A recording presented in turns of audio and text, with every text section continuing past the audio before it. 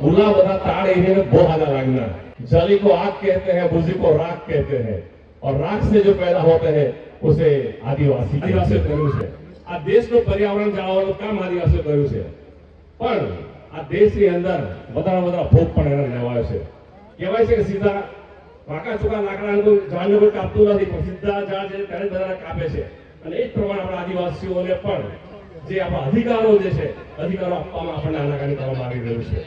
તેવા સંજોગોની અંદર આપણો સમાજ પગભર બને, સમાનથી જીવે, ખુમારીથી જીવે, આપણા સમાજના નાના માણસને કોઈ અન્યાય ન કરે, શોષણ ન કરે, એ માટે આપણો સમાજ પગભર બને એટલા માટે આપણે રાષ્ટ્રીય આદિવાસી ઉદ્યોગ મેળાનું આયોજન વસાઈ ખાતે કર્યું હતું। અને એમાં બધા જે સરકાર આપે છે તેના ખૂબ બધાનો આભાર માનું છું। અને નવી પેઢી ખૂબ આગળ વધે, પગભર બને, એના માટે આપણો પ્રયત્ન રહેશે। અને આ કાર્યક્રમમાં ગુજરાત સરકાર, માનનીય મોહનભાઈ ધારાસભ્યશ્રી, નરેશભાઈ, જયરામભાઈ ગામિત, પ્રભુદાસ વસાવા સાહેબ બધાએ જે સહકાર આપ્યો તે બદલ એમનો પણ ખૂબ આભાર માનું છું। સાથે જ આપણા સમાજે ડગલે ને પગલે જે અન્યાય થઈ રહ્યા છે, શોષણ થઈ રહ્યા છે, તેની સામે જે ભંગ પુકારીને લડત આપીને જેણે સફળતા મેળવી છે એવા હું ચૈતરભાઈ અને અનંતભાઈનો સમાજ વતીનો આભાર માનું છું એમનો। હજુ તો આપણે ઘણા બધા જંગ ખેલવાનો બાકી છે। આજે આટલી બધી નોકરીઓ છે, પણ નોકરી અંદર આપણા આદિવાસી સ્થાન કોઈ જગ્યા નથી। 40% કટ ઓફ થી છેલ્લા 2 વર્ષથી હજારો નોકરીઓથી આપણા લોકો વંચિત રહ્યા છે। અડધી ઉપર સીટો ખાલી જાય છે આપણી બંધારણીય જોગવાઈ હોવા છતાં પણ। એક બાજુ ખાનગીકરણ વધી રહ્યું છે, બીજી બાજુથી આપણા બોગસ દાખલાઓ 1 લાખ જેટલા ચારણમાં જે બોગસ દાખલાઓ ત્યાં નોકરીથી માંડીને ડોક્ટરના લાભો લઈ રહ્યા છે, તેમને કામની જરૂર છે।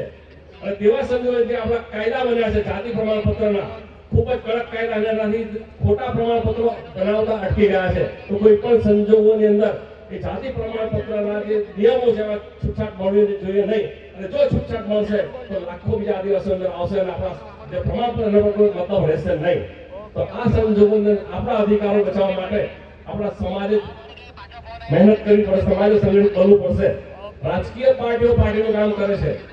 આજે તમને સાચી વાત તમને જણાવું તો જ્યારે સમાજ એકત્રિત થશે તો બધી પાર્ટીઓ આપણી પાસે આવશે। તેવા સંજોગો આપણા સમાજને એક થવું ખૂબ જ જરૂરી છે। અને આજે મને જણાવતા આનંદ થાય છે કે સમાજની આટલી તાકાત જોઈને આજે તમામ પાર્ટીના તમામ ધારાસભ્યો ઉપસ્થિત છે।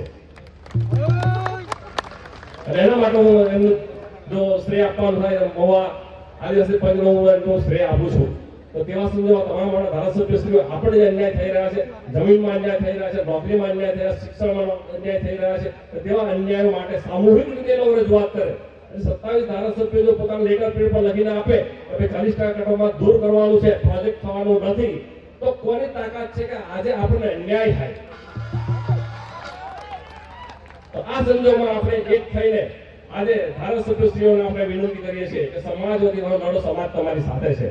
તો બધું ન કહેતા તમે જે લાગણી આવી સન્માન તે બદલ આપ સૌનો ખૂબ આભાર। જોહાર, જય આદિવાસી।